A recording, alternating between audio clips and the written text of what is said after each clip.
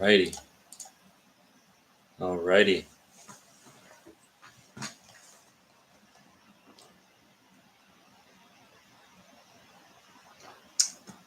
All right. Can I be heard? Can you hear me? Can you see me all right? Let's go. We have a live to do, my friends. And yes, on the side there is a chat option. So please go ahead and engage with one another. Say hi, say what's up, share where you've been, tell us about your progress. I'm sorry that I'm a little bit late today. Um, there's always some internet issues or some noise cancellation that has to be done before I do my live sessions. So I apologize for that. But here we are. We are here today. And if you know somebody who was going to join the live, please go ahead and invite them as I fix my new and awesome medieval shirt. Yes. I've been big time into the Last Kingdom and Vikings lately. In fact, I went through the Last Kingdom twice. I don't know if it's a warrior thing or what it is, but man, I love that show. What can I say? And if you see me looking this way, I'm looking at the monitor. And if you see me looking this way, I'm looking at the computer where the webcam is. So, I'm not ignoring you when I do this. I'm actually looking at the messages and stuff. So, yeah, please don't be offended by that. So, let's see. Yeah, and the writing is a lot bigger here. So, hey, great to see you, Spiritual Nomad Life. Yeah, Spiritual Nomad Life. I like that. Hey, great to see you. Thank you for all your help. You're very welcome. You can hear me and see me. That's great. Great. Hello, everybody. Hope you all are doing great today. Yes, Kent M. Nice to have you here.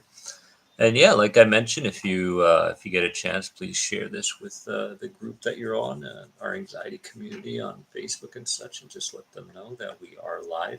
Today, I want to empower you. That's what I want to do. I want to empower you, but not through words, okay? Because logic, as you well know, probably now is one of the weakest ways to heal anxiety and to grow into who we want to be.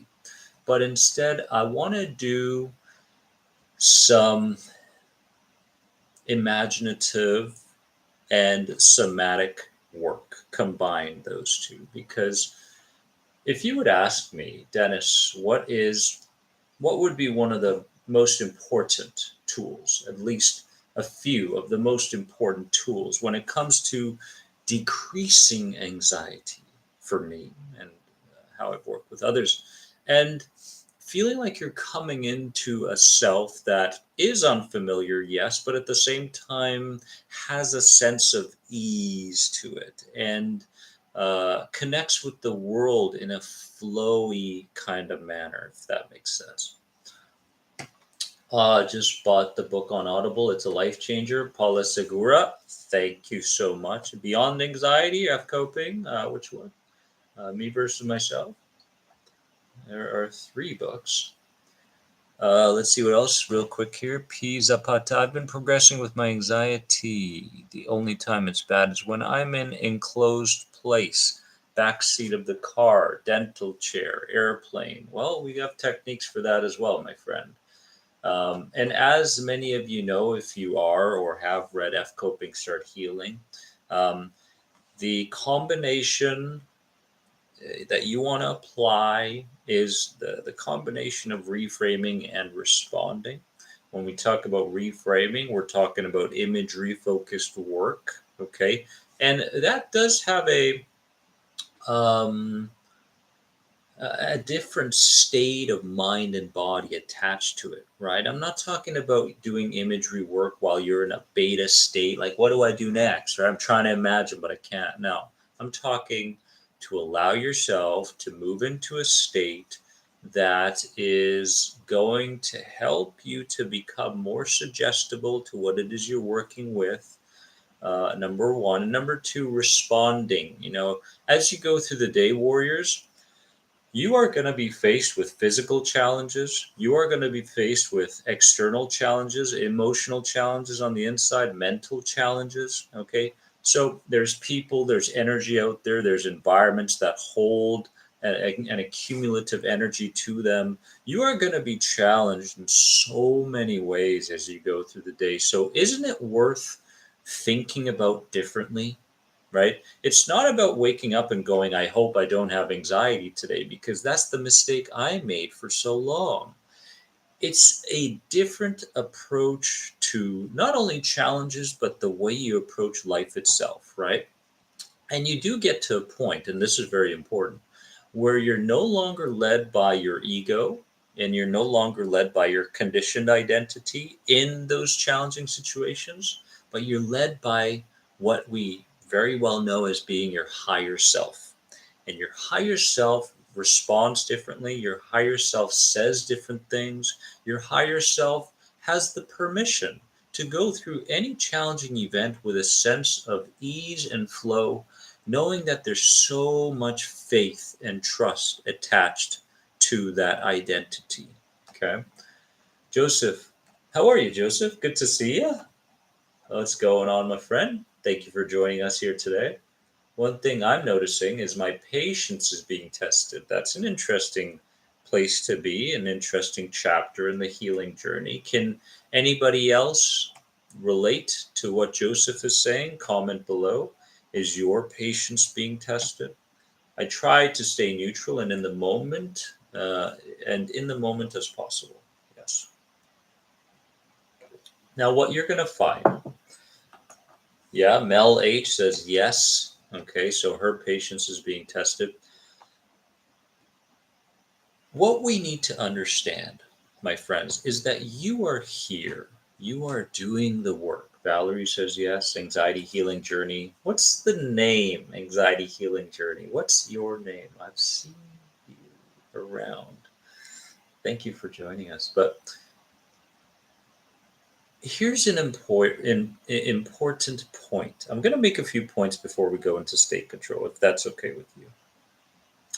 As you're doing your anxiety, specifically anxiety healing work, your identity change work, your belief system work, as you're doing the inner work, you have to do that work from a place of non doership. You have to do the work from a place of non doership. Now, this is a concept that is brand new to people because I'm guessing most of you live in North America, in the States, or in Canada, or in the Western world. And in these parts of the world, it's about getting to the top of the ladder, it's about being productive, it's about pushing, it's about fighting through things. Okay. So we find ourselves doing things, but not necessarily doing them for the betterment of who we want to be, but doing them for a specific result that will come with acceptance and acknowledgement by other people. So we push and we fight and we hope. And a place of non doership is this, okay? You want to write this down. When you do your anxiety healing work from a place of non doership, there is no result. Okay, we're going to get into these questions in a second, but understand this. When you're doing your healing work, there is no result. You don't do a reframing practice and check to see if what you were working on is gone. You don't do a meditation, then go inside and check to see if you are at ease and your nerves have calmed. You don't respond to a situation and then check to see how you're feeling or how somebody responded to you. There is no result. Now, when you recognize that there is no result, okay, now you're moving through the world through a place of non doership. You have replaced fear with faith. And there's a certain degree of grace that comes with that. Do we understand? Comment below. Non-doership is a place where it's a lifestyle, right? It really is a lifestyle. What you do is a lifestyle. It's not something you do for a specific purpose. No, because that's what's holding you back. You're doing everything in your power to release yourself of what we now know as being anxiety.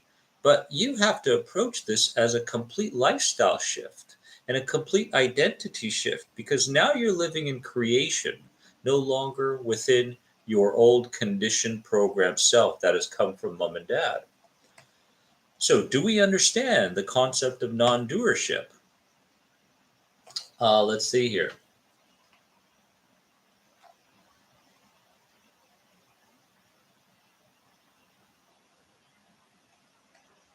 Mel H., thanks for engaging in this specific topic. That was my biggest takeaway from the video a few days ago. Doership, stop. Yes. Paul, how are you, Paul? I've been taught my whole life that you have to scream to be heard. Ooh. There's an idea that needs some kind of a reversal, would you say? Because you got to look at your results. If your results aren't in line with who you want to present to the universe and what you want to bring back into your life, then things do have to change, right? Okay, so Pizza Bata says, yes, I understand. Ella says, absolutely makes sense. And this is not easy. It's not easy, right? But just because something is difficult doesn't mean it's impossible. So you have to understand that just because healing aspects of anxiety is difficult to many of us, because it's such a brand new concept and new techniques we're learning, that it doesn't mean impossible. Marvin Cardenas, how are you? Hey, Dennis, I listen to your health anxiety podcast all the time. I will get back to those, I promise. Do you think vitamin deficiencies could make anxiety worse? I do, but I also can I pin these? Put user in timeout. Can you imagine? Oh man. I'll just go through them. Yeah. Do I think that vitamin deficiencies could make anxiety worse? Yes, but at the same time, Marvin, we have to consider something. The emotional state that you're in will directly affect the supplements and the food that you're intaking. Okay. So if you're living in survival, you will create certain proteins in your body that are in line with the state that you're in. Okay, so we have to understand that yes, the vitamin deficiencies play a big part. We're talking zinc here, we're talking magnesium, we're talking about these very important vitamins and minerals that we have to bring into our body and know that we're getting it in a certain way, right? But at the same time, you have to understand that your emotional state will dictate how much of those vitamins and minerals you actually consume, okay, and spread to parts of you that need to be spread to. So please understand that you cannot rely heavily on the idea of vitamin deficiencies, number one. Uh, but number two, if you are in an emotional state that is at ease and you feel like the progress is happening and all of that, and now you're in a chapter where you're starting to take care of some of the vitamin deficiencies, you're giving yourself more magnesium, you're doing the Epsom salt baths, those sorts of things, then it will be beneficial. Okay, but I don't believe it will be as beneficial, not even close, if you consume vitamins, minerals, all these things in a way where you hope that it will overturn anxiety, because again, you're living in fear. You have to understand, am I living in fear? Am I living in faith? Okay. So yes, there's a chapter in your healing where you have to start taking care of the vitamin deficiencies, but you have to do it while being in an emotional state that will allow you to absorb the vitamins that you're taking in. Does that make sense? Um, let's really quickly get to the state control thing, guys, because state control, when we're talking about state control, I'm talking about the emotional state. Now, answer me this question in the comments section. Would you like to be able to move from one state of being to another state of being like that? Would that help you in your life? Right? To have that sense of inner control where you can move from one state of being to another state of being just like that. And how would that change your life if you could do that, right? I want you to kind of give me a reason. Give me a why. How would your life change if you could just go from one state to another, right? And if you're here, I'm really happy that you're here because this specific practice that we're going to be doing will really change everything. I mean, we're really lucky to all be here together doing this. Let's have a sip of tea, guys. Cheers. This is my way of cheersing, right? My shots are a lot different than other people's shots. Shots, right? Turmeric shots. A lot of people saying yes, yes, yes, yes, yes. Congratulations to Lisa. Lisa, you did something. Congratulations from me. I'm not sure what it is. Um, Sergio says, I would go out more without worrying about anxiety. Yes, if you had that state control and if you could turn from one emotional state to another, oof, you could just, you could do those things, right? Uh, it has been in my skill set for a few months and it makes the difference. Beautiful. Okay. I think you know what we're talking about a little bit here. Ocean Sky, yes, would love that, especially when going to the dentist. Yeah, still have a fear of that. Yeah, imagine walking into the dentist's office and going, I'm ready, let's go, right? And you're in that state and they feel it, and you feel it. And no matter, there's no more of this like dire need to have the certainty that you want, the result that you want. You're not caught up in the result anymore, right? Because you have so much faith. So we're going to do this. Okay, I want you to sit in your sit in your body. I want you to sit in your chair. Okay, and you can stand if you want. Doesn't matter. Um, but I want you to close your eyes for a brief moment, and we're going to go through the state control practice because I want to show you how powerful you actually are. Okay. Are you ready? Comment below if you're ready.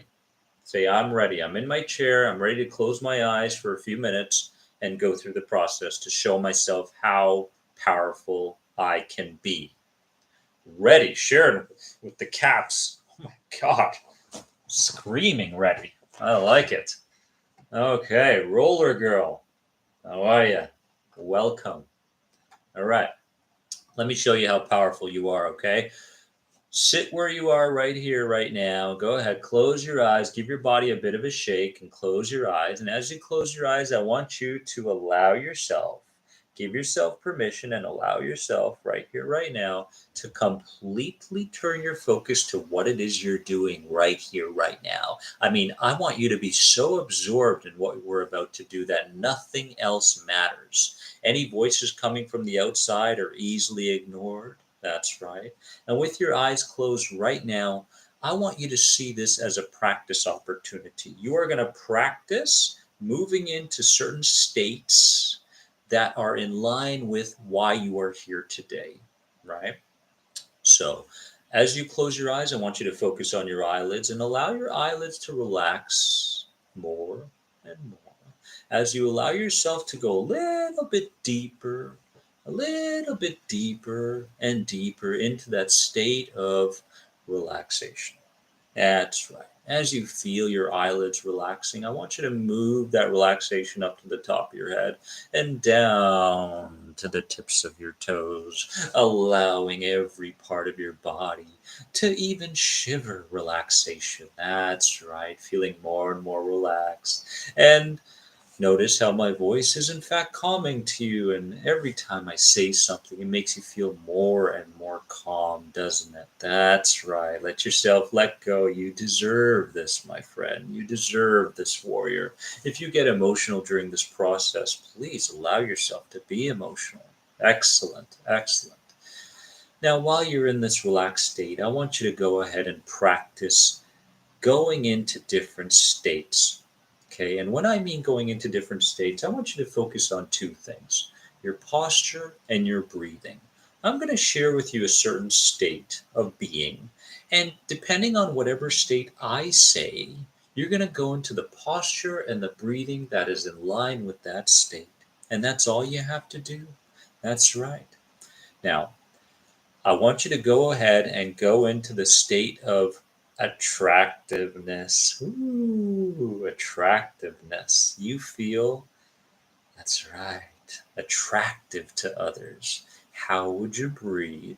And what would your posture look like if you felt really, really attractive to others? Go ahead and practice. Notice what it feels like to breathe and to look like you're in a state of attractiveness. That's right. Give yourself to this practice. Now I want you to break yourself out of that state and go into repulsive. That's right. This is all practice. Go into repulsive. People are repulsed by you. It's okay to practice, but notice the breathing pattern and the posture that aligns with being repulsive. That's right. Notice what you breathe like. Notice what your posture looks like when you feel repulsive. Now go into a state of trust. Trust. What would you breathe like if you had unlimited trust? And what would your posture look like if you had unlimited trust? Trust in yourself, trust in the changes in life, trust in the world, trust in others, trust in your future. What does that feel like? Go ahead and go into it now. That's right. Excellent. Beautiful. Now go into distrust. That's right. What would your posture look like, and what would your breathing pattern look like if you were in a state of distrust? Excellent. Distrust. Go ahead and practice. That's right. Just notice. Just notice what it feels like. Notice what your body does when you're in a state of distrust. That's right. Now go into joy, joy, joy. Notice the posture, notice the breathing pattern of joy. Oh my goodness, so joyful. Your future is so bright. You've got this unbelievable, experience coming up in the future. Joy. Notice what it feels like to breathe through joy. Notice what it feels like in your posture to assume the position of joy. That's right. Beautiful. Get the tingles just thinking about your future. That's right. Now go into sadness. Assume the posture and the breathing pattern of sadness. Go ahead and practice. That's right. Go ahead and practice. And notice what it feels like to be sad. That's right. And we have 3 more to go. What about confidence? If you are supremely confident, that's right, in every aspect of your life, and so, so confident in this new identity that you're moving towards, how would you breathe and how would you look? Go ahead and assume that now. Moving into that space. Beautiful. Allowing the reframing process to hit you so, so deep in a positive sense. That's right, going in and out of states easily and effortlessly now. Confidence. Woo! See, getting emotional. Beautiful. And now experience limited confidence or inconfident. That's right. What do you breathe like when you're not confident? What does your posture look like when you're not confident? Notice. And assume the breathing pattern of not being confident. Assume the posture of not being confident. Allow yourself to go into this space and practice moving from one state to the next easily and effortlessly. Beautiful. And finally, you've made it. Finally, because we always finish with a positive state. Powerful. Move into a state of being powerful. Breathe like you would breathe if you were the most powerful being on this planet, the most powerful source of energy, exuding a tremendous vibration into the world. That's right. Powerful. Notice the posture, notice the breathing pattern, notice the tingles. Allow yourself to go into the state. Give yourself full permission to go into a state of being powerful. That's right. And this is a way of life now. This is a lifestyle. That's right. This isn't something that you do from time to time. You are always powerful. And notice the power that you do have to move from one state to the next, just like that. Easily and effortlessly being able to move from one state to the next. So the next time you feel any kind of fear, all you have to do is assume the posture and the breathing pattern of a more positive state of being. And if you can do this, you will move from fear to a place of powerful and trust and faith easily and effortlessly, my friends. Now stay here. Don't open your eyes. Stay here. And don't comment right now. Stay here.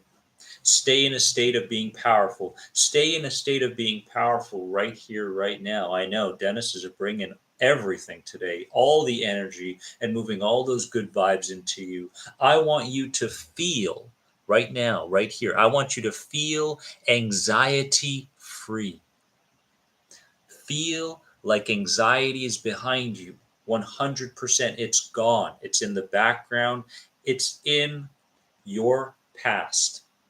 Feel that right now. Feel like anxiety is behind you. And as you look back, I want you to go ahead and go, oh, there it goes. Bye bye. Thank you for the lessons. That's right. And stay in the state of being powerful as you move further and further away from your past anxiety identity. All the belief systems that came with anxiety are now gone. Notice as you look back, it's like a little tiny dot now. It's a little dot. It's no longer this monster. Say goodbye. Go ahead and wave. Beautiful.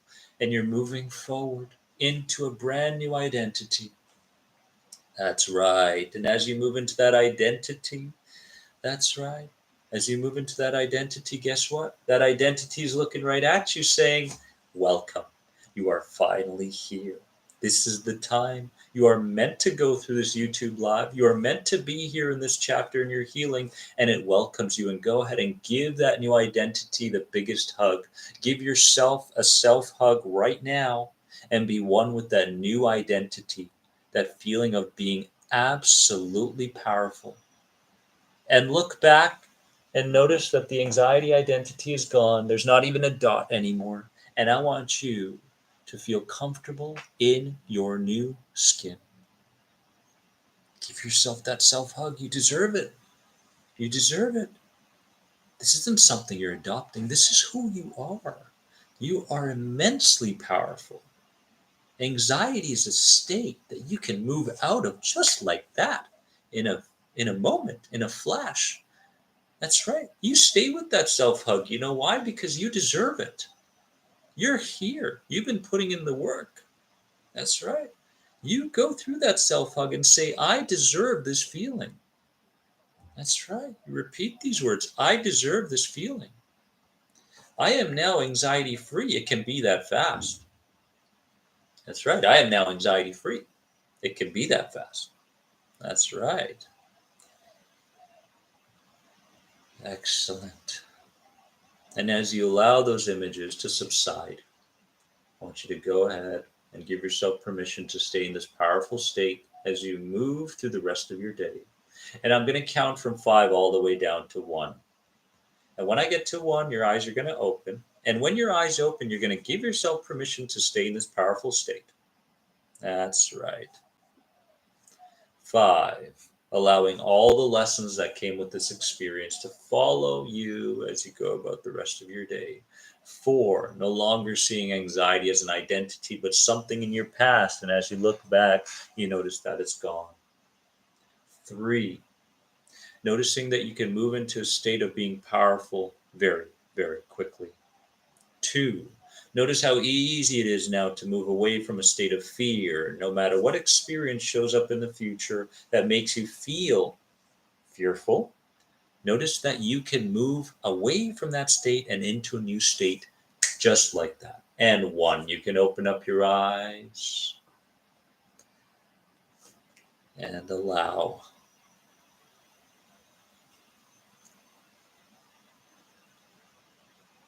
Just allow. Move into a state of non-doership. There is no result that you have to look for. You've done the work.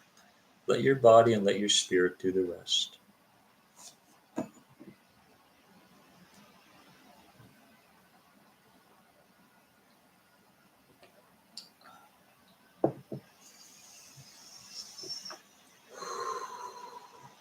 Well done.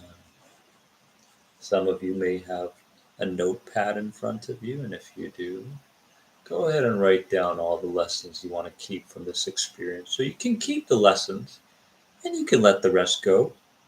But what you don't want to let go of is, or you can write in the comment section, the lessons that you took from this. That's right. Um, but when you think about those lessons, I want you to notice that this time those lessons are speaking more deeply to you than they ever have before. That's right. That's right. Before it used to be an idea, but now you're starting to feel the truth behind that idea. That's right. When I make myself big, I feel powerful. Jesus, thank you for sharing. Fantastic. Joe Blogs. Dennis, do you find that you learn more about anxiety healing after you've healed yourself? Or did you learn these healing techniques while you were healing? Both. Both. I was doing them while I was healing. And after the healing process, I realized that there were other skill sets that I needed to acquire and implement in my life. So, again, we're talking about chapters in the healing journey. Negative states bring on shallow breathing and a slight slouch. There you go. Paul's on it. Right? I tell people this all the time. If you're in a moment and you're looking for the best way to respond, not react, but respond. Reactive is unconscious. Responding is conscious to me. The best thing to do is change your posture, change your breathing, and allow yourself to intuitively do whatever feels right in that moment that aligns with the new identity. Right? You don't need any specific techniques. You just have to go into that state. Right? You just have to go into that state, which you just did. You notice how fast it was. You're very welcome, Ella. Thank you so much, Dennis. That was incredible. You're very welcome.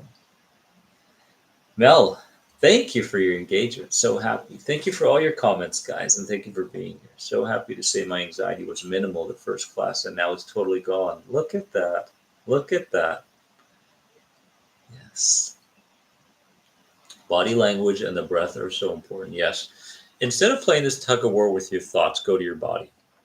Go to your body. It's easier to change the mind through the body, I've found, than it is to change the body through the mind. Um, yeah.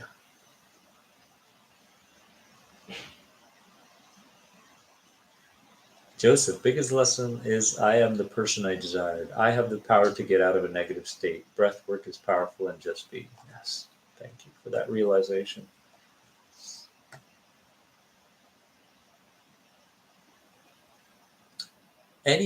Let's go into some questions.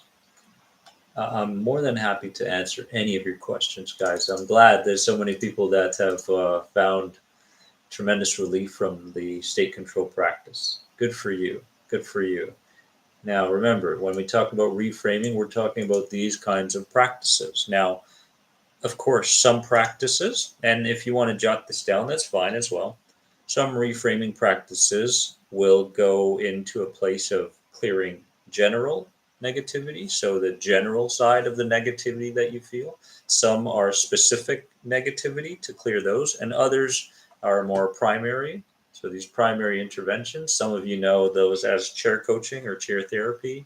Um, who's familiar with mapping? Mapping meditation, if you are going through health anxiety, mapping would be more so for me a more general negativity clearing practice. Okay, and these skill sets um, I have created myself, most of them, and some of them I have taken from others and put my own twist to them, but always make sure that I would reward the person I'm getting these techniques from. But from my work and understanding, these would be the fastest ways. When I hear people going through therapy for 6, 7 years, I'm going, why? Why are you doing that? Notice how quickly you were able to go from one state to the next, one feeling to the next, and it can be that fast. Um, let's see here. Paul, does exposure work for thoughts as well as situations? Should I sit with a thought until I feel neutral? Um, that would depend on, I believe, where you are and what kind of chapter in the healing process you're in. Sometimes there are things that we have to implement, okay, because I don't believe that we should take an approach of deleting something or trying to get rid of something. I believe the most powerful and the approach that actually works from a subconscious perspective is to replace something with something else. So, people out there who are saying, I have to stop my negative thoughts, you're never going to stop them until you replace them with something else. Okay. And you have to replace them in a way where your inner child is getting the message. Okay. And what I mean by that is there has to be some kind of bodily engagement. You can't just sit there and go, I'm positive. I see this perspective in this way now. You can't do that and expect change to show up. There has to be an emotional feeling and a behavior that accompanies the idea in order for it to stick. But to answer your question, there are times where you have to implement a response, okay, and there are times where you have to leave the feeling alone. And again, it really depends on the chapter that you're in your healing journey. Okay, so intuitively you will know whether it's time for you to replace an idea or replace an old action or expose yourself to something and sit with it. um, yeah, one or the other.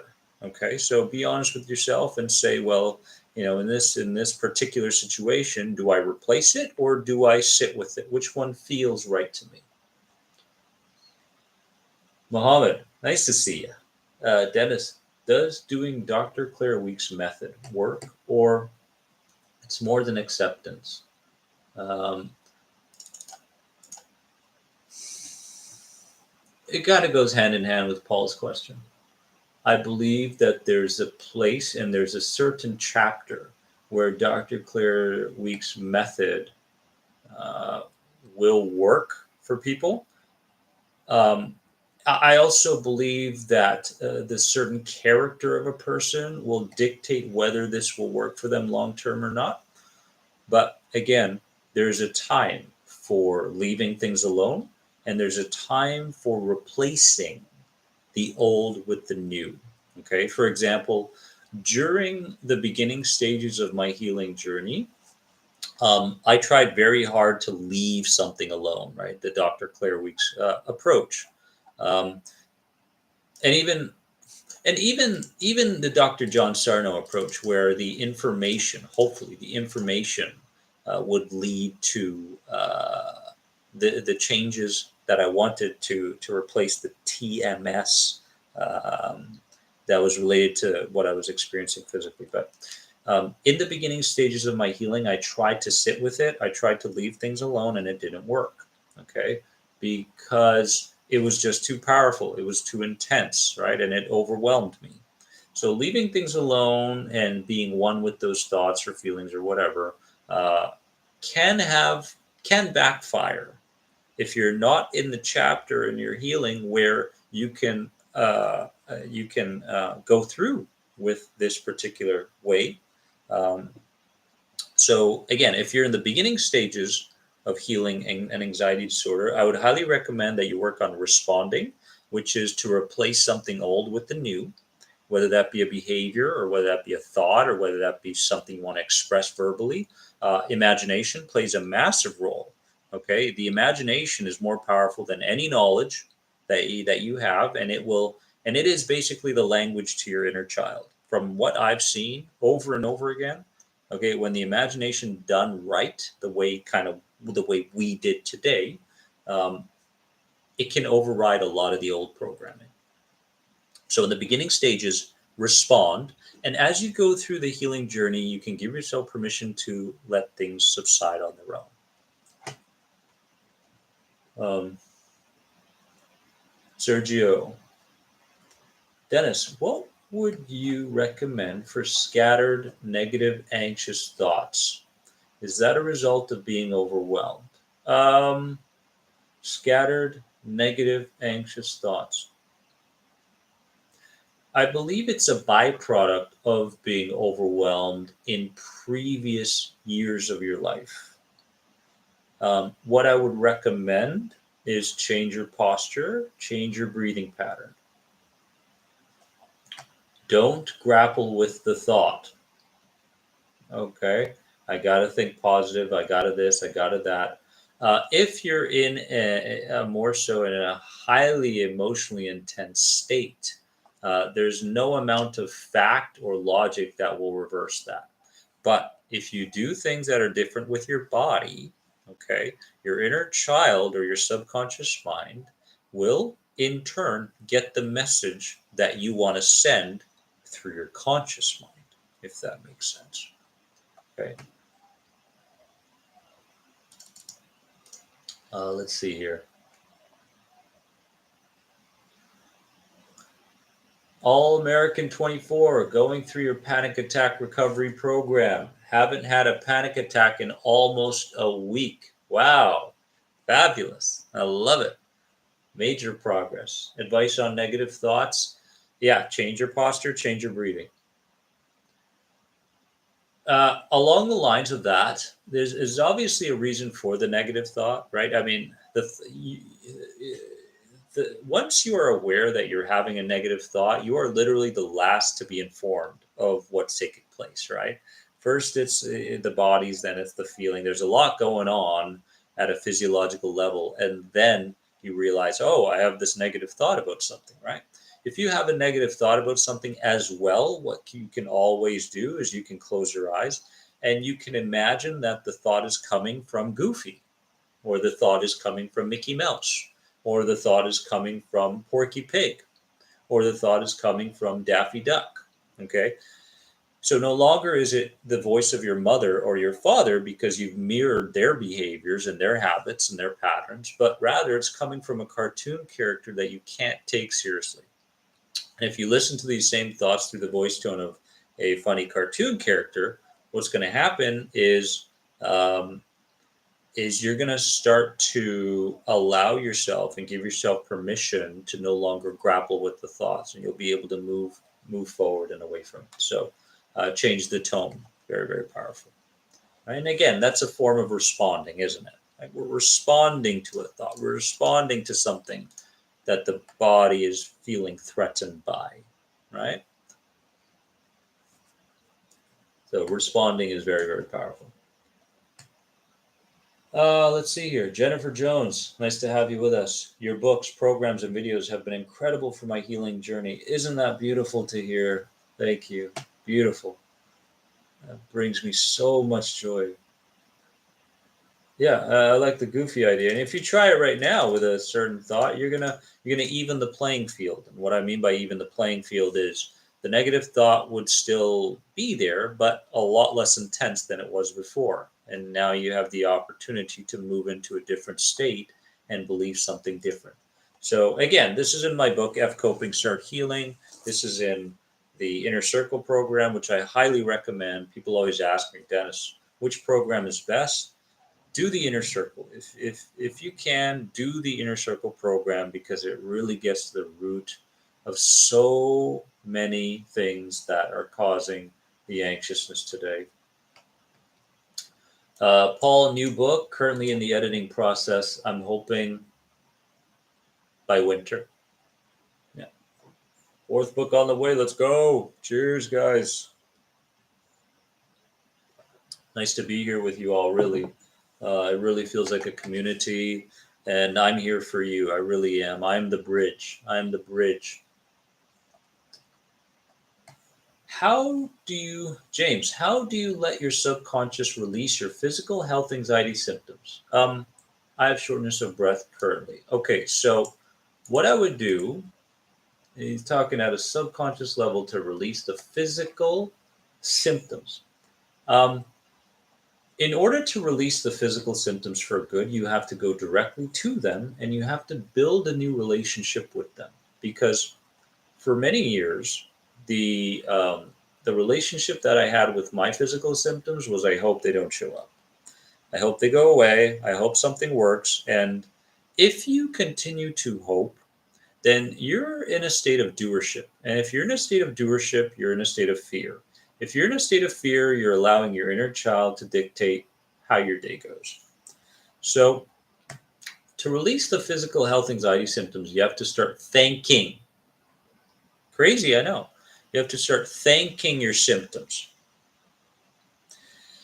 And some of you are going, well, there's varying degrees of anxiety, of course, right? And if you're in that really crazy place, this new approach and this new mindset may take some time to apply. When you start to thank your anxiety symptoms, you recognize that with every anxiety symptom comes an enormous amount of energy and effort from your inner child to protect. To protect. To protect from an image that you had, to protect from a get together that you're going to have in the evening, to protect from going outside, to protect from taking on a creative endeavor. I mean, your inner child loves you so unconditionally that it's looking out for you 24/7, even while you're sleeping. So, if your anxiety symptoms is a reflection of your inner child's protective mechanism, and your emotional brain coupled with the inner child's perceptions, then you need to start thanking them. Thank you for being there. Thank you for protecting me. Thank you for um, looking out for me. Right. Thank you for holding on to these past memories that remind me of what's dangerous and what's safe in my world today. Thank you. So, for a long time, I started to say thank you. Thank you for the symptoms. Thank you for the lessons. Thank you for the messages. Right. And I started to put my inner child on my lap while I was driving, right? To show my body, the largest part of my subconscious, that the drive was safe, right? Oh, we're going to get together? Come on, inner child, right? I'm going to show you through my words. I'm going to show you through my actions that this environment is safe. So, work with your inner child, number one. Begin seeing your anxiety symptoms differently. Start thanking them. Understand the messages that come with them, and you'll be well on your way, right? But understand that what you're doing right now is not working. The way you see your symptoms is not working. The way you're reacting to your symptoms is not working. Staying in a state of survival is not a state of creativeness. Okay, so you have to create a new meaning around the symptoms. Overcoming anxiety has a lot to do with being creative again. I would start there. I would start there. Okay. Michael, how are you? And thank you for the kind words, my friends.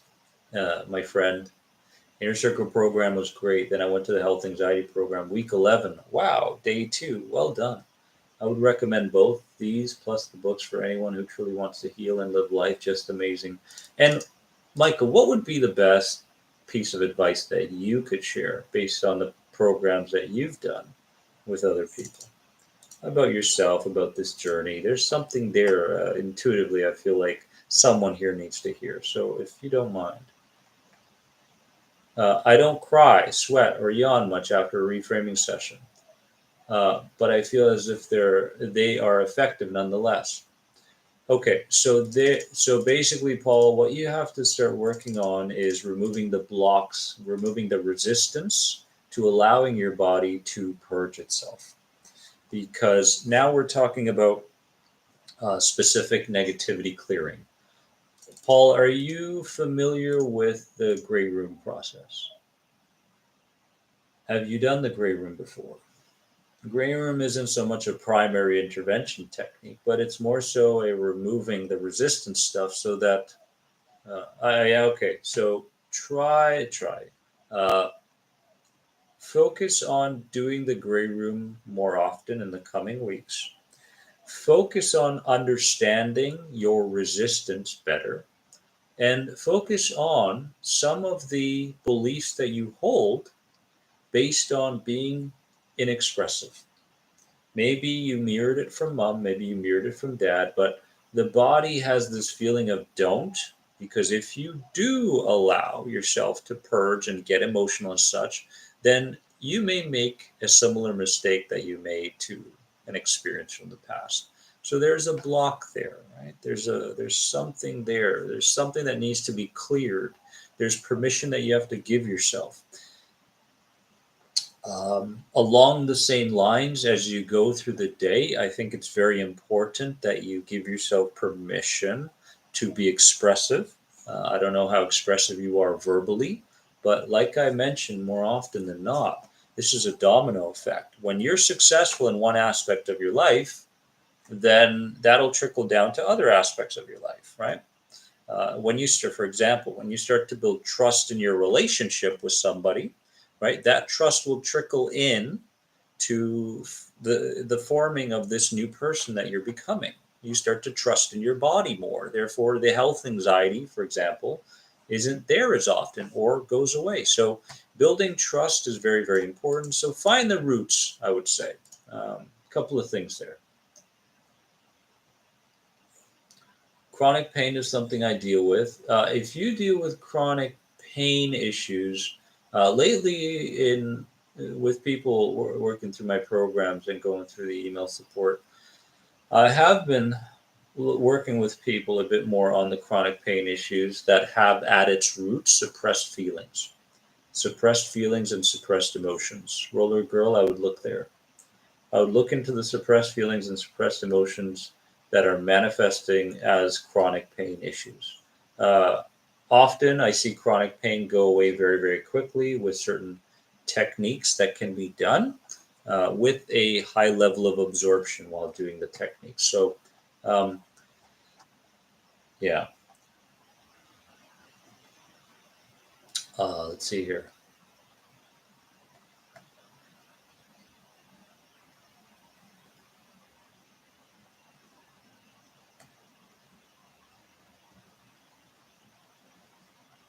Okay, what do we have here? Let's see.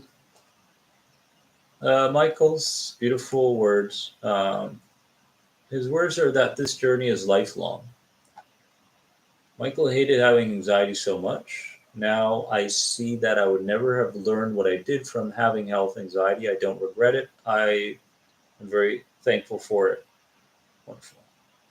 Wonderful. Good stuff.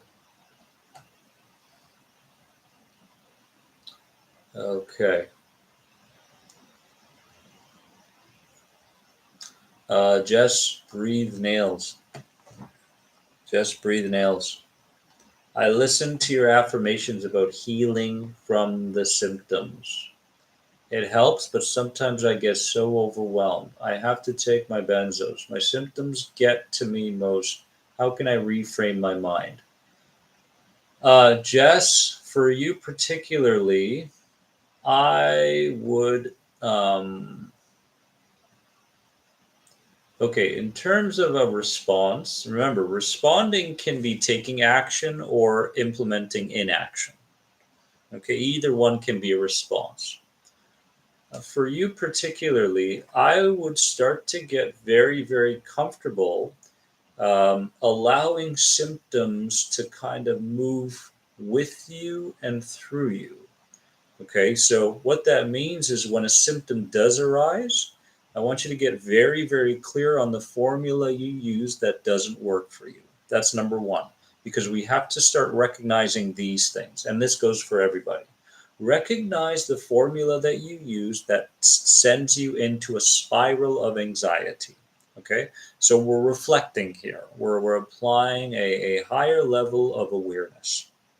And then um, I would get to a place where you recognize that the symptom the bodily symptom, okay, as much as it feels physical, at the root of almost every bodily pain, discomfort, and these sorts of things, I have found that there are suppressed feelings and emotions and ideas and suppressed creativeness, okay, that is spurring on these physical symptoms. And as Dr. John Sarno recognizes, and I have, he's an absolutely wonderful human being and has so much truth and such.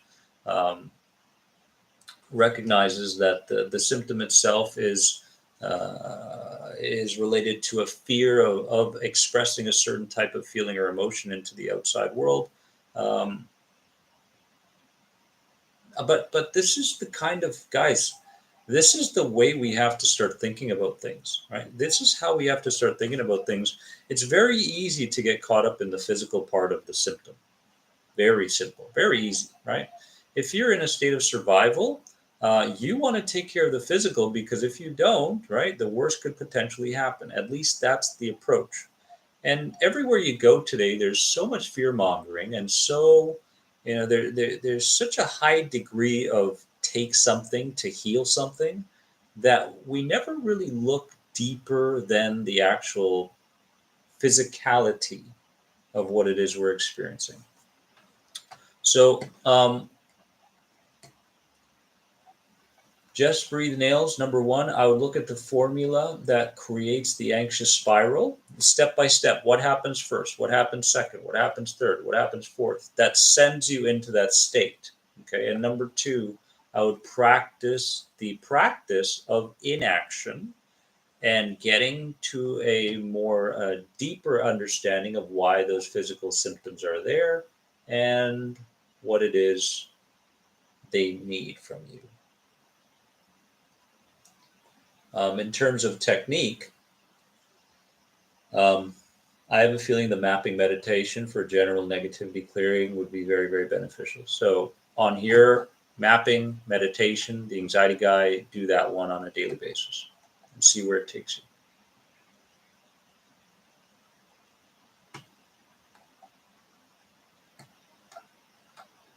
All right. Let's go around. Let's see. ABE, Abe, how are you? Nice to have you here. Sure. What is it that we'd like to tackle? Let's see here. I eat, I work out, I sleep okay. I get so stressed sometimes it's hard to sleep. Okay. Nice to have you here. Thank you. Good stuff. Let me try to understand a bit more here.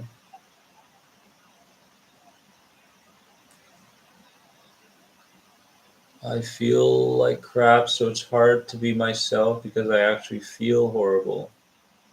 Okay. Have you done the mapping meditation, Abe? Have you started with mapping on a daily basis? Yes or no? Have you done that?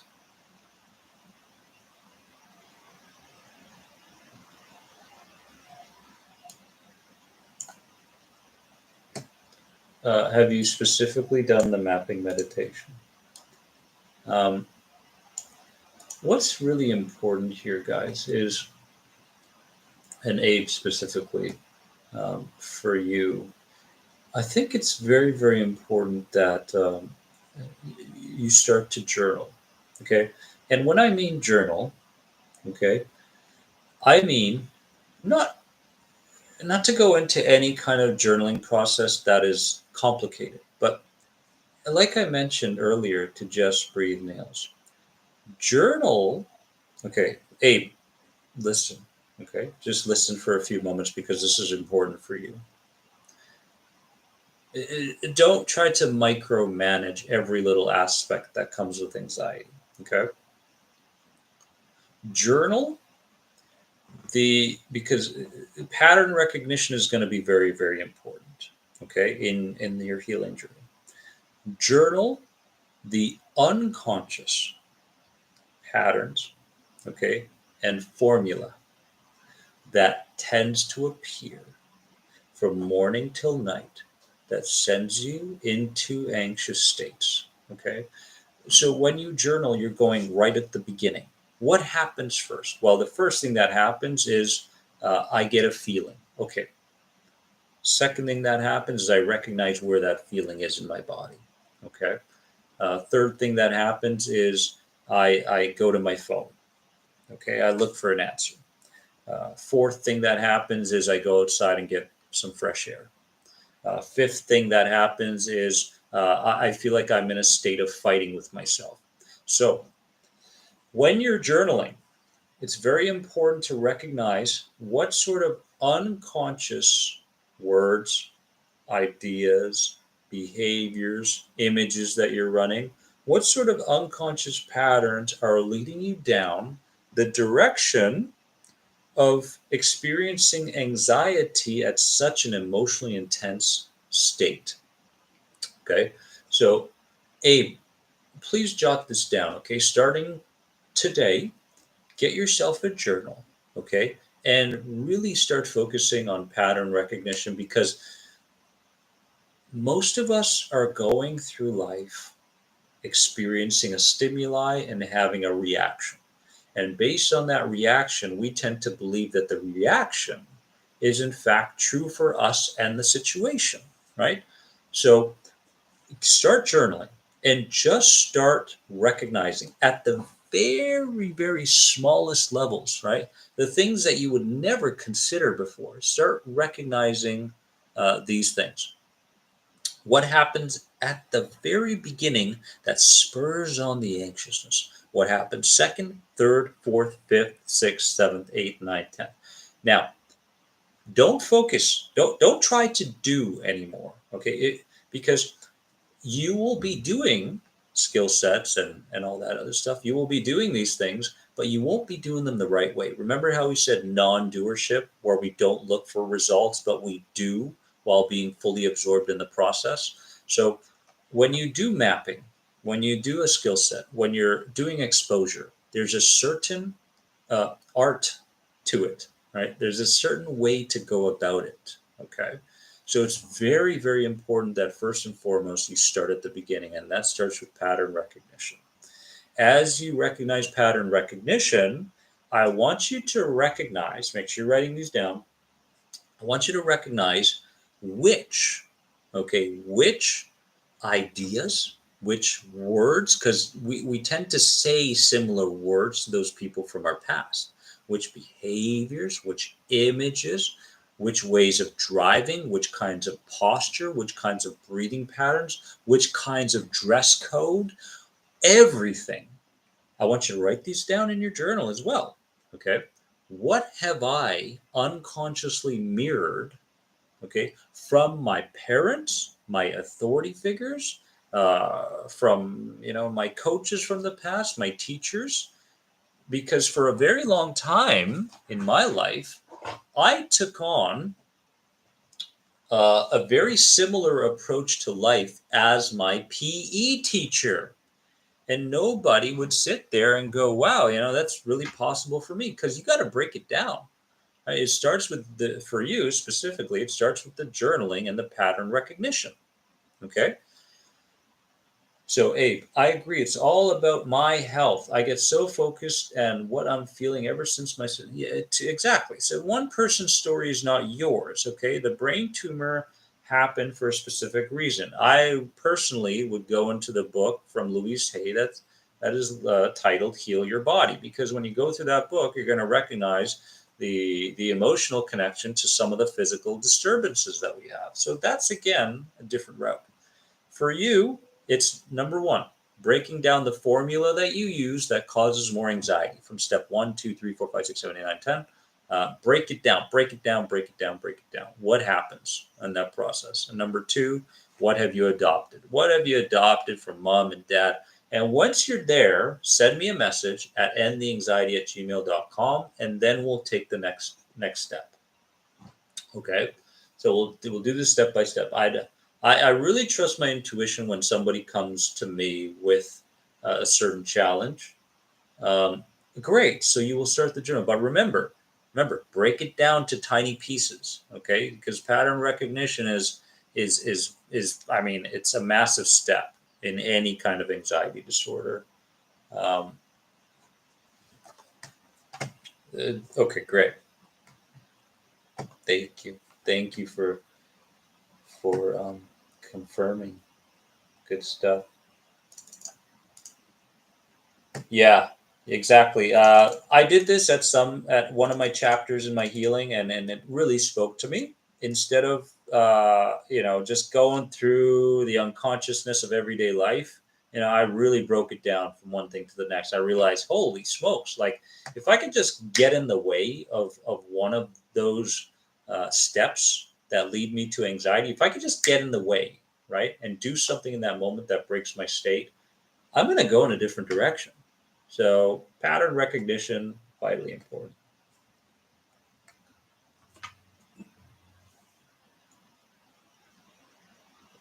Michael, thank you for the beautiful messages, my friend.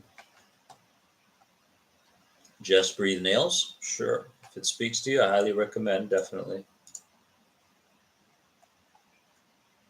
You're very welcome, Abe. You can do this. Okay, you can do this. And one person's story is not yours. Your story is yours to create. Okay, your identity is yours to create from this day forward. Okay, your belief systems are not the same belief systems that you have to adopt from yesterday. Okay, so we have to understand that we are in a state of creation right now, my friends. Okay, you're not in a robotic consciousness state anymore. Okay, the external has very little to do with what you're creating from the internal. Okay, understand that. Through creating from the inside out, you will be affecting the outside in ways that you can't even imagine. So we are in a state of creation. We're not in a state of reactiveness anymore. We're not in a state of survival anymore. We have to move. We're moving. And it's like moving from one house to the other. Once you get into that house, you go, oh, the paint job's really weird in here. What's with those colors, man? Why would they paint the house green? What's up with that? It's not that you don't like the color green, it's that it's different from the house that has been familiar in your life for all these years. That's the difference. Okay. To a large extent here, we're dealing with the unfamiliar and the unknown. We're not dealing with something that's so difficult. Okay. Often we think that healing is very, very difficult and we've suffered too long to be able to heal ourselves. No, it's not difficult. It's unfamiliar. And it has a certain degree of the unknown that comes with it. Once you make peace with those things, now you can start to heal.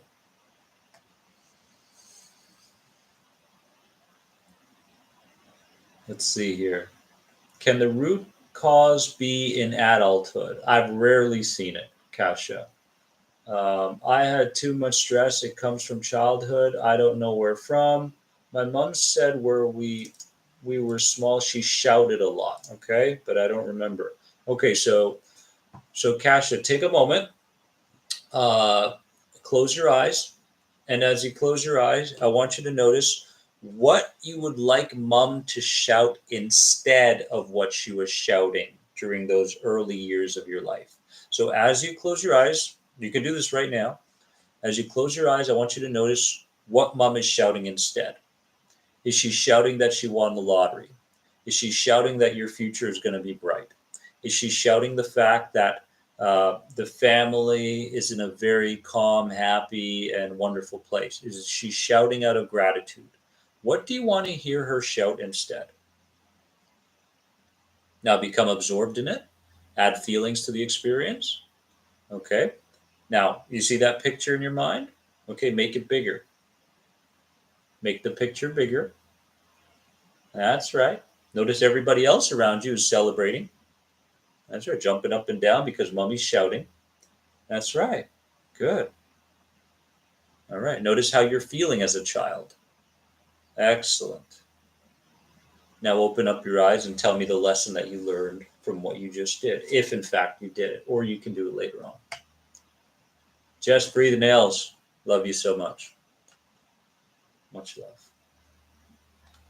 So it's not about the shouting so much, it's the way that we have interpreted the shouting. Remember, guys, it's not about what happened to you. It's about how we collected the information. Yes, a lot of my reframing techniques are imagination based. When the imagination is coupled with feeling, and when the feeling is coupled with some kind of a somatic engagement with the body, um, I believe that's the password to the subconscious mind. So remember, it's not what happened to you, it's the way you interpreted the information. Okay? And you're still living by those interpretations. That's the problem, right? People say, I never went through trauma in my life. Well, it's not that you never went through trauma, it's that you don't really understand the definition of trauma. Trauma isn't something that happened to you that's life threatening. Trauma is an experience that you had, which in turn your system encoded as being something you need to look out for in the future, something that may be threatening in the future. And so when you go about your adult years, any fragments that are in line with that past experience, it will let you know those things, okay, through your body.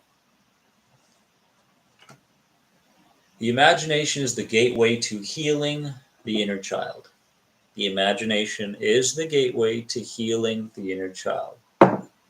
Damn, Dennis, you getting all philosophical.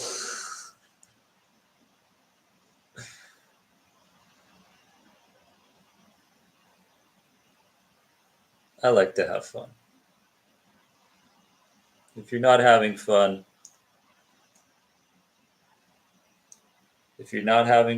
you're really cutting yourself off of a very important resource. Okay, a very important resource. Having fun. Okay, let's go into this real quick. The more playful you are, the quicker you're going to heal. The more playful you are, the quicker you're going to heal. Okay.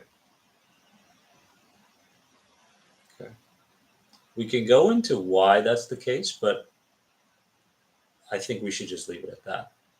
Now, playfulness doesn't just show up when things are okay and you're at ease. Yeah, you play with your kids. You are playful. You are silly. You are those things. Fantastic. Laughter. Laughter is the best medicine. Um, but you're playful even when your challenges arise. When you get to this place, you are very in tune with your higher self. Higher self, new identity, same thing. Okay. So find ways to become more playful when you're being challenged, right? And like I said, changing the tone as a responding technique, right? Listening to it through Goofy or Daffy Duck or whatever is a form of playfulness, is it not? Right?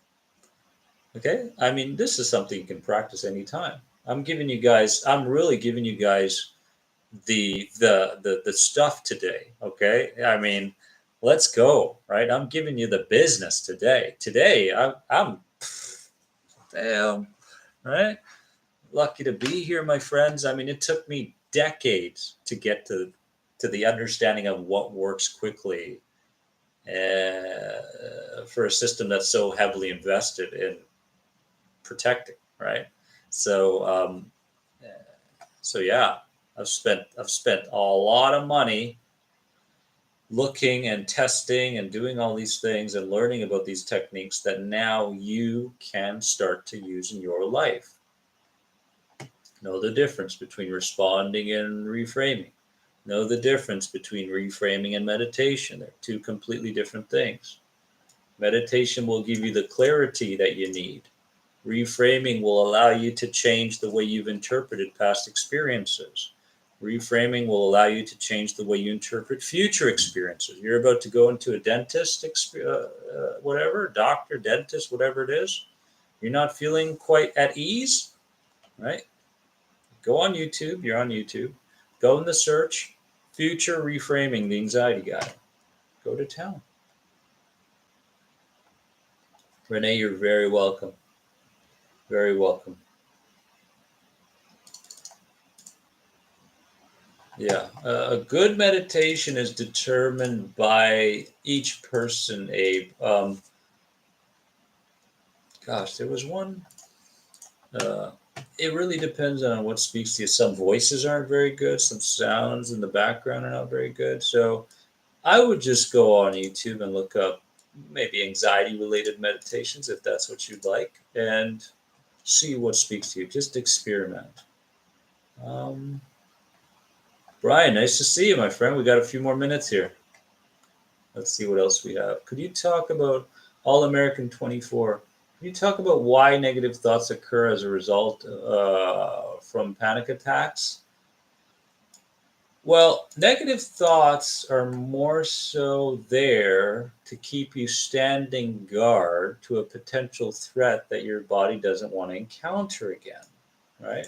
So there's this very specific reason for why we are so negative in general, right? Negative feelings, negative emotions, negative words, negative thoughts. Negativity spurs on action and reaction. Okay. Being content, gratitude, love, those sorts of things, they keep you in the present moment. And when you're in the present moment and you're grateful and you're at content and at ease, your system doesn't believe that's the best way to go about a life where the next saber-toothed tiger is going to jump out of the bushes. So again, we're talking about a system within you that wants to do all sorts of things in a very creative way to keep you in a state of survival, right? And all of a sudden, we start to interpret even safe things as being threatening, right? When we're in this state. So that's why negative thoughts would be there. Negative thoughts can also be there out of habit, right? If you are habitually a negative person, then don't expect anything different. Okay. You've been running patterns for years and years and years of the ones that are more so in the pessimistic kind and the survival kind. Okay. So habits, pattern recognition, these are very, very important.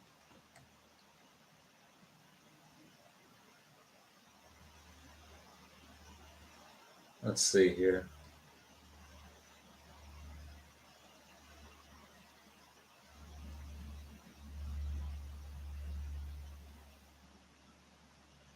James, thank you for the recommendation.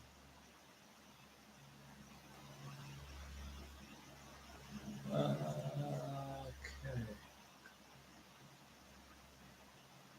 Will me versus myself be on Audible at some point? You just gave me a great idea there. I will pursue that idea, Platinum Lawn, and see where it takes me. Thank you for the suggestion.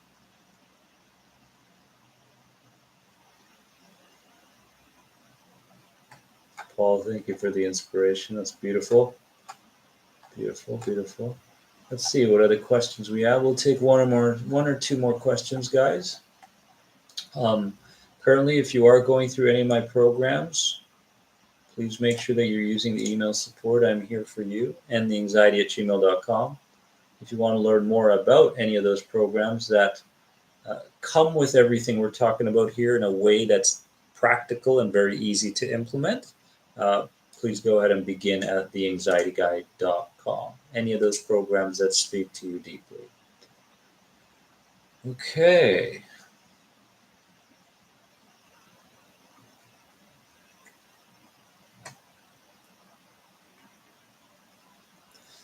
Rahul, maybe we can add some clarity here.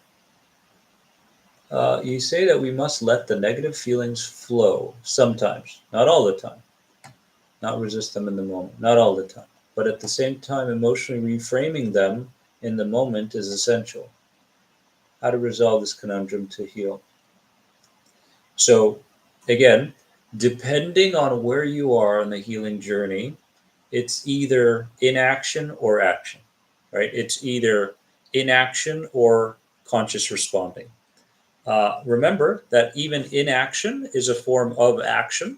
Okay, so for example, at certain stage, you're looking at your results and you're recognizing that, hey, I'm responding. I'm doing a good job verbally and stuff, and I'm responding to what it is I no longer want to feel or think. For you, it may be, hey, make friends with the very thing you're trying to get rid of.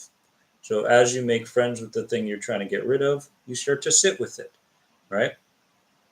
You start to experience it. You start to allow it to move through you like waves. So that's the form of inaction. But to oppose that, there is responding, right? Responding, like Mel H said, you could listen to it through the voice tone of Daffy Duck. You could use the word or, right? Yeah, the worst could happen, or X could happen instead. Very C in the CBT formula. Um, So it's this healing journey, my friends, is a very intuitive process. For so long, we've tried to solve every single problem by overthinking, and all of a sudden, you're going to have to trust in your heart sense and an intelligence that's much greater than your thinking mind is. So intuitively, are you in a place now where you have to start implementing inaction or action? Okay. I'm closing in on the inaction phase. Yeah, as you're going deeper into this work, you're going to start implementing more inaction. Okay, if you've been doing this work for the last couple of years, you're at a place now in your life where you can actually trust in leaving things alone. In the beginning, you can't. Like in the beginning, you're frantic. What's this anxiety symptom? I know nothing about it. I don't know what formulas bring it on, what steps bring it on. Everything's brand new. Okay, so you want to start introducing new responses to a system that's so highly invested in keeping you alive, right? And threatened by everything. So in the beginning, I would highly recommend C in the CBT realm, cognitive behavioral therapy. You'll see in a lot of therapies these days. Um, and as you progress, you're going to find that you're pulled more towards inaction. Your trust and your faith and your ability to leave things alone. I can leave this alone. I don't have to engage in everything. I don't need a response to everything. Okay, that's when you're really growing, right? You're really coming into your own. You're really coming into this creative phase in your life, right? So a lot of people here, Raul, you're saying inaction. Mel is saying more inaction. So you've been at this for a while, right? Also, if the intensity, the emotional intensity of anxiety isn't so high, then a person may feel like they're pulled more towards inaction. Okay, so it depends. It really depends. In my world, it depends. Depends on where you are. And again, it takes a certain amount of trust to trust in your intuitiveness that says, I'm more pulled in this direction. I'm to the point that I laugh when you give examples. And there you go, Mel. There you go, right? And Mel is recognizing the importance of playfulness, and she's starting to see the lighter side in pretty much everything. Okay? Abe, that is so kind of you. Thank you very, very much. I just hope one of my biggest issues really is I hope that I can portray this information, this knowledge that has been built up over the years in a way that's understandable and give you things that you can implement, right? That's my biggest goal here. I know I loaded a lot of stuff today into this live, and please listen to it a few times because every time there will be a brand new message there, right? But that's my only hope is I hope to portray this information in a way that speaks to you in some way, no matter where you are in your healing journey. Um, let's see here. Uh, uh, yeah, there are definitely. I can recommend books if people want me to recommend certain books. Um,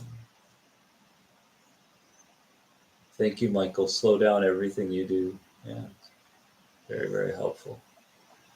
Dennis, this clarity about action versus inaction is exactly what I needed today. Excellent. So, Raul, I'm glad that spoke to you. In action versus inaction is a very, very important concept in healing, right?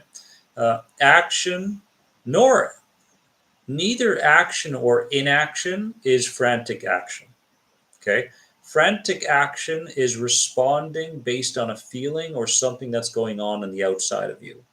Okay, that's what most people do. They become frantic and they get caught up based on the energies that's coming from the outside. That's being frantic.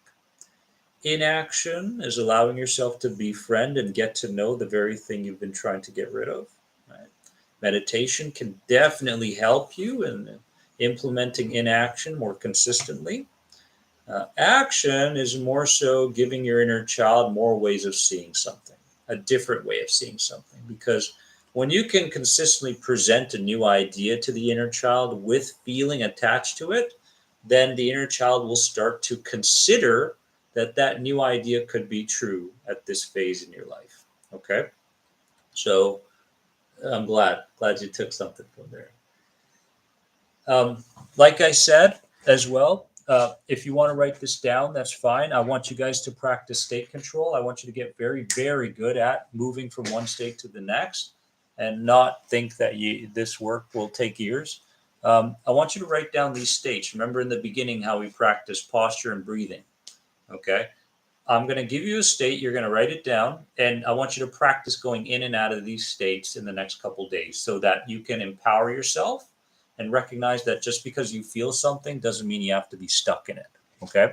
So, attracted versus repulsed. Write that down.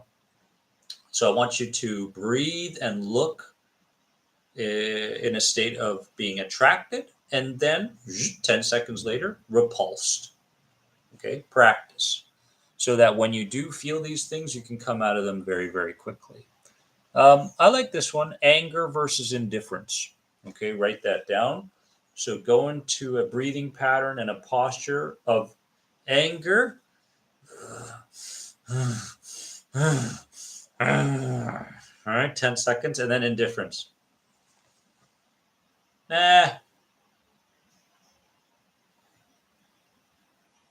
Right, and then just kind of go back and forth.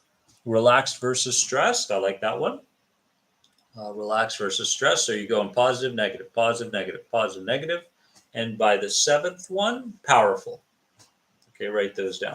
So practice those different states. What breathing pattern and posture connects to that state. Practice those. Okay. And don't try to reflect too much after you're done. Just allow the unconscious parts of you to take in the lesson that it needs to take in, okay? Too often we do something and we go back and we try to pick apart all the things that were good about it, wrong about it, and what you did right and what the person's voice wasn't good enough, or you could have done X better. Instead of doing all that, just go through the process, right? Just come out the other side knowing that you did something good for yourself and just leave it alone, right?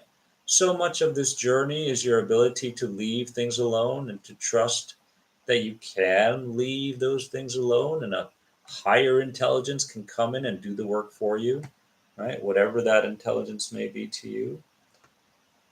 So, yeah, I love you all. From the bottom of my heart, have a wonderful morning, afternoon, or evening. I am grateful that you could join me. If you get the chance, please share this with someone or a group in need. And remember, my friends, that you are more than anxiety. I think you realized that today, didn't you? Right? I mean, we did some really powerful stuff today. I unloaded some very important techniques and concepts to you. Well, you can listen to this a few times and really let the message sink in. I love you all, and it's time for you to go into a state of truly loving yourself for the progress that you're making and the work that you're doing. Trust me, a different kind of intelligence brought us together today so that you could hear something from this live session. What was that lesson? Okay, be open to it, allow it to speak to you, and allow it to supercharge your healing journey, my friends. I love you all. I'll see you soon. If you want any more information on any of my programs, head over to theanxietyguy.com right here, right now, and allow me to take you by the hand and show you what's possible. Okay? Love you. See you soon, my friends. Bye bye.